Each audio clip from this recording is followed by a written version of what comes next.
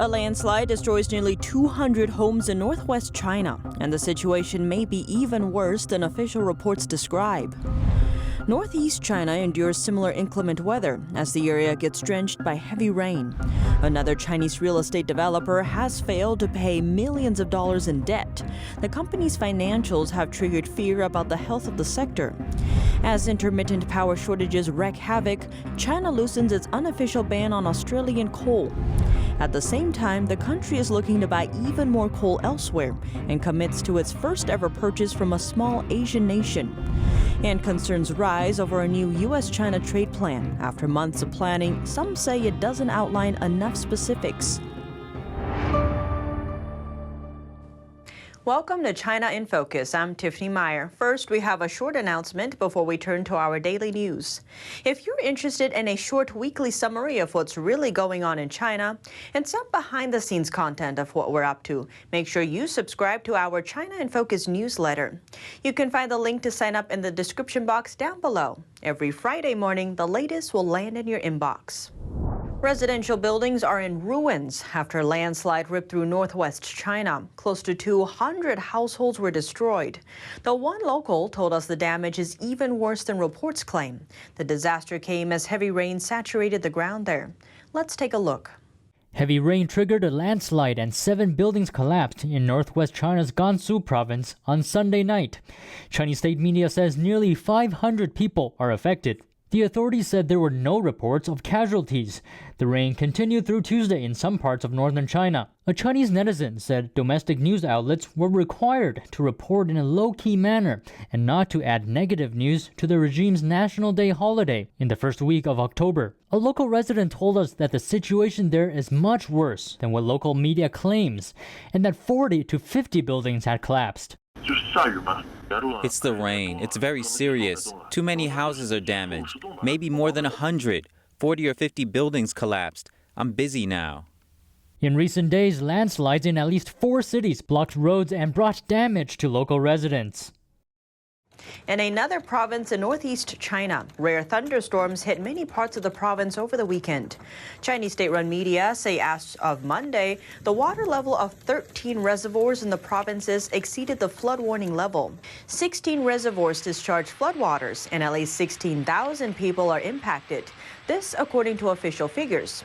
Reservoirs discharge water to protect dams during heavy rain, but it's worsening the floods.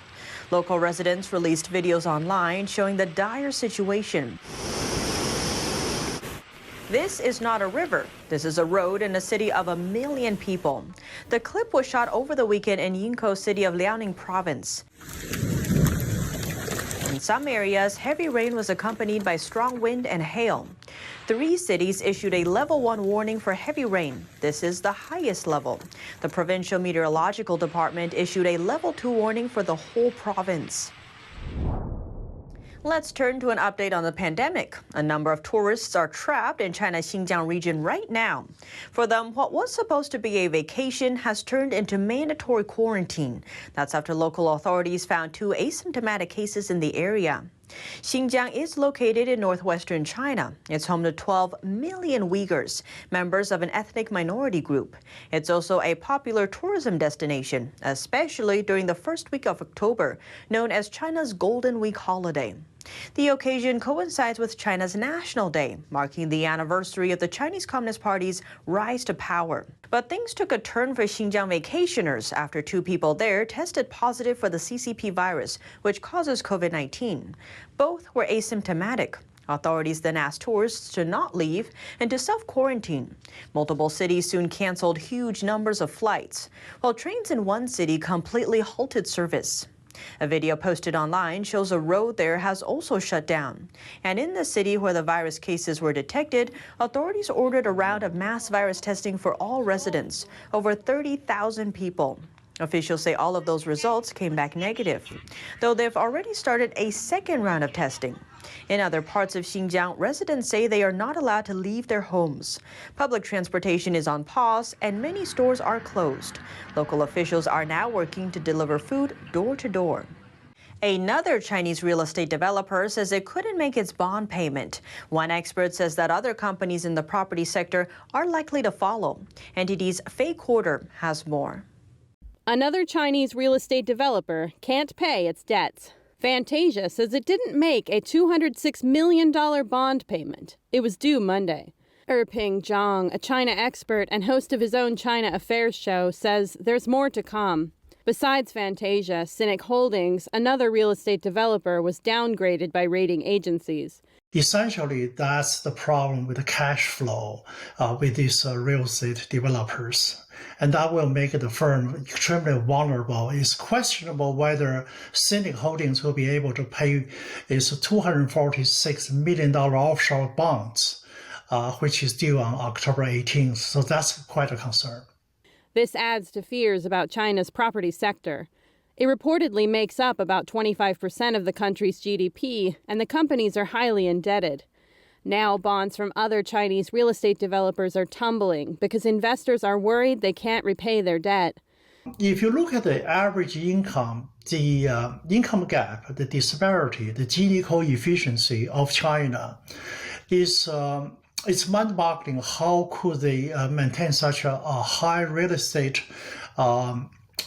sector with such a weight of the GDP? Zhang says as a closed society that doesn't follow the market, China has no way to deal with these issues.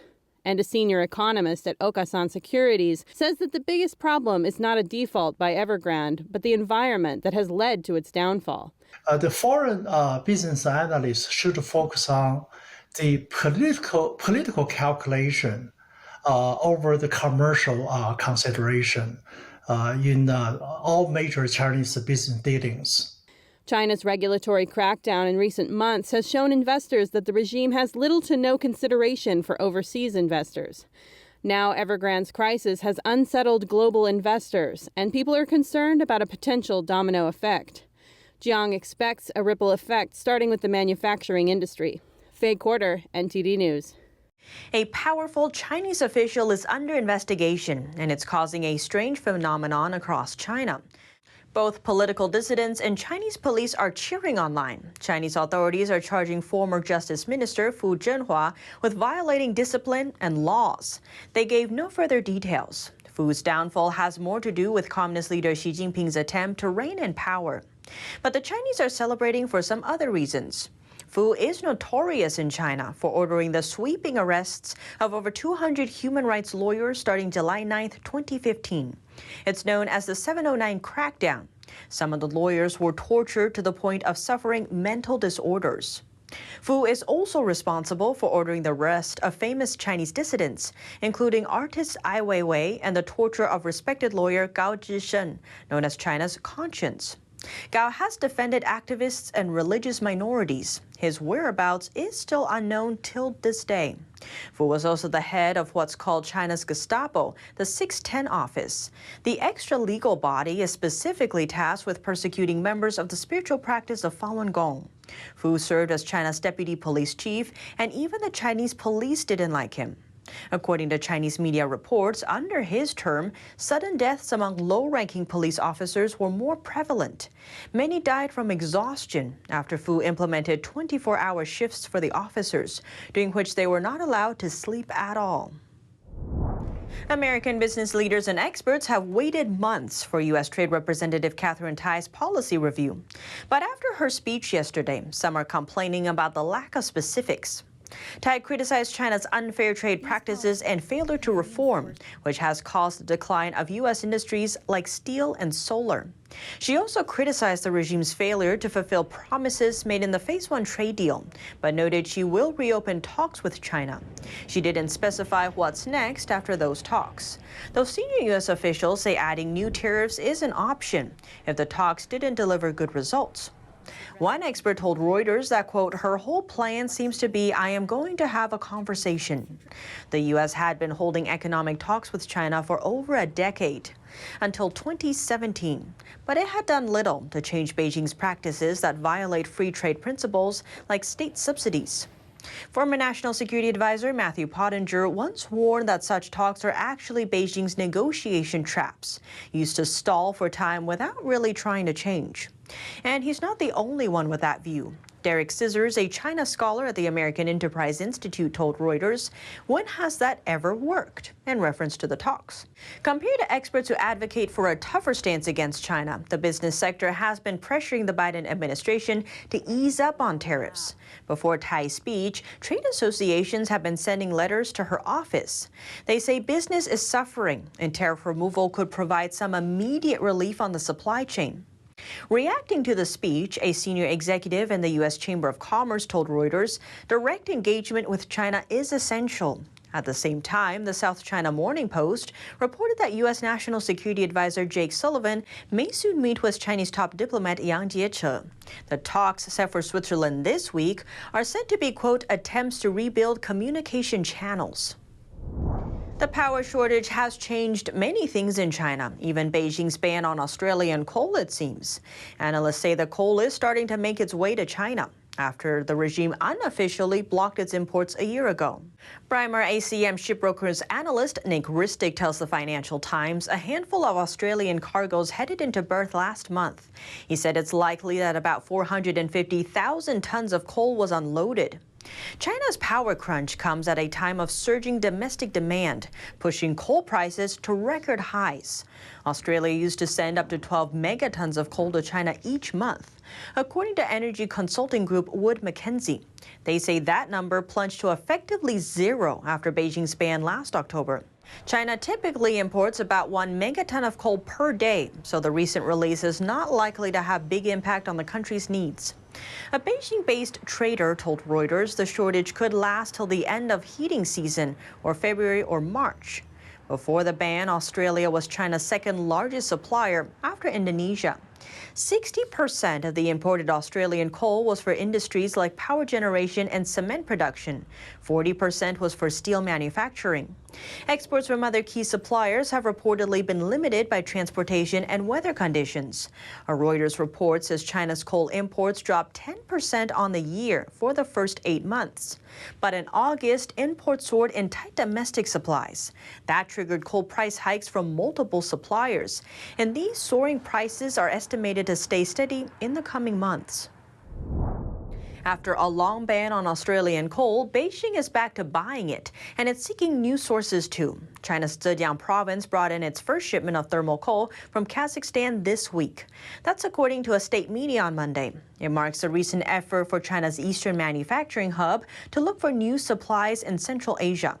The nearly 150,000-ton shipment is now being discharged after 30 days in transit.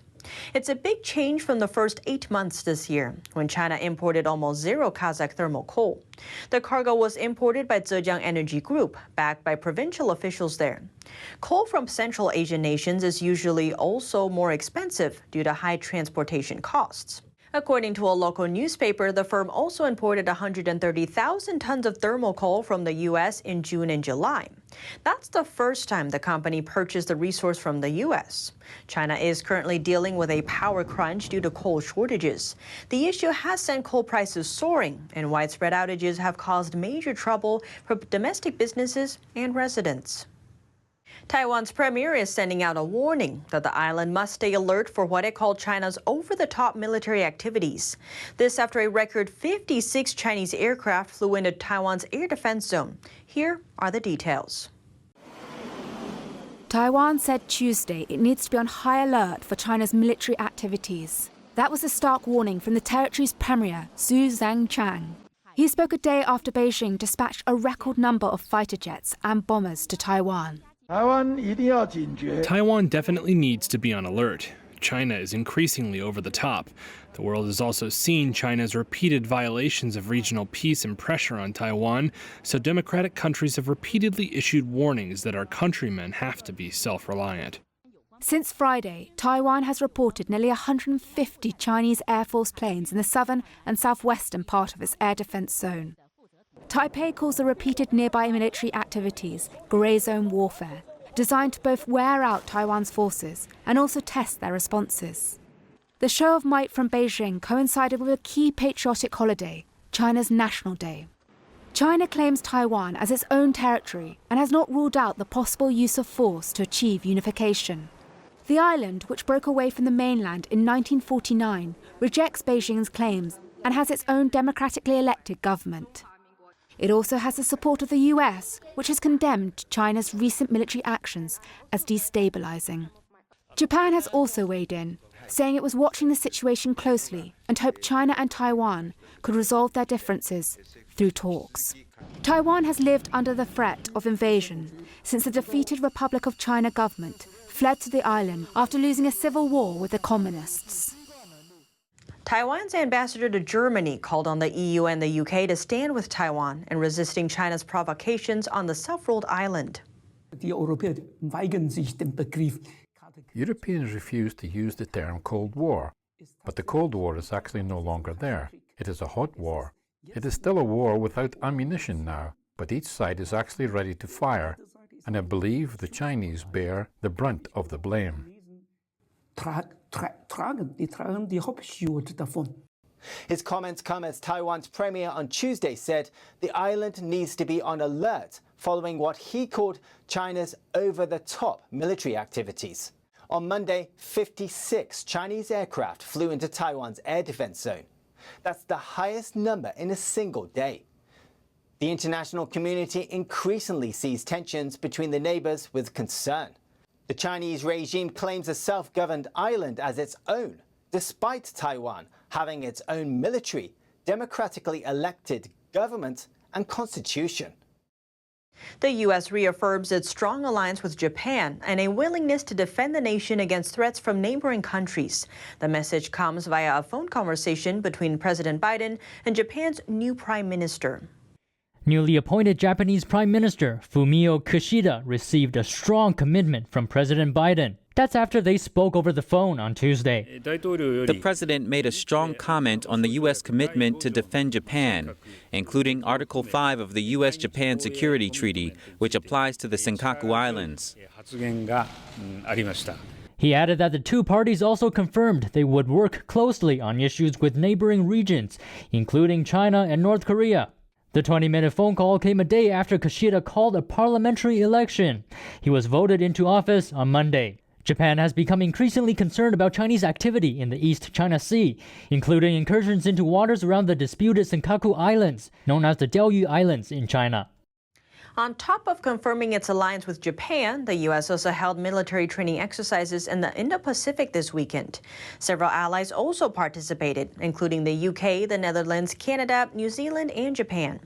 Troops performed the drills in the waters of the East China Sea, southeast of Okinawa. Japan's Maritime Self-Defense Force says they enhanced tactical skills and boosted the Allied troops' ability to work together. One British aircraft carrier joined in, the HMS Queen Elizabeth, along with two American giants, the USS Carl Vinson and USS Ronald Reagan. Analysts say the experiences may have contributed to China's increased aerial incursions into Taiwan. Since Friday, Beijing has sent a record number of warplanes soaring near the island. The U.S. State Department has voiced concerns over what it called China's provocative military activity. In Germany, around 50 Uyghurs and others demonstrated in Munich on Monday. They are taking issue with some German companies that are sponsoring the 2022 Beijing Winter Olympics. Country that stamps on human rights and commits genocide must not be allowed to host the Olympic Games. Big international companies such as Allianz or Siemens should not act as China's sponsors.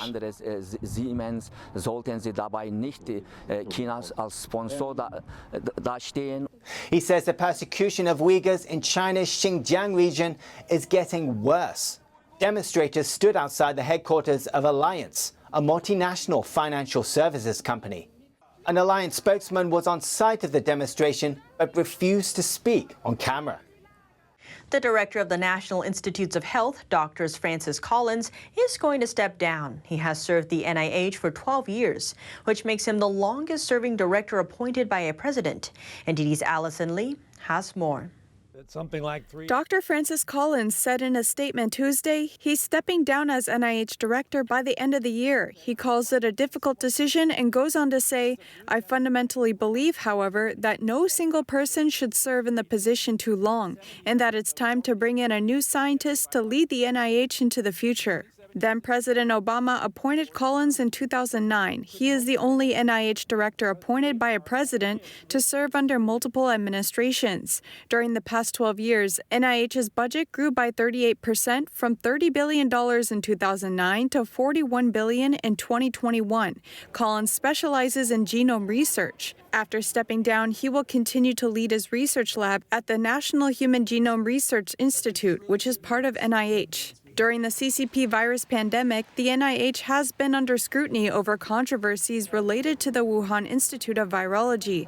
Documents that were made public this year show that the NIH granted around $3 million of U.S. taxpayer money to the EcoHealth Alliance, a nonprofit organization. The EcoHealth Alliance then granted almost $600,000 to the Wuhan lab for bat coronavirus research. The Wuhan lab used the money in part to identify and alter bat coronaviruses likely to infect humans. The grant proposal by the EcoHealth Alliance says they were going to investigate the ecology, evolutionary biology, and transmission dynamics of bat coronaviruses at the human-wildlife interface.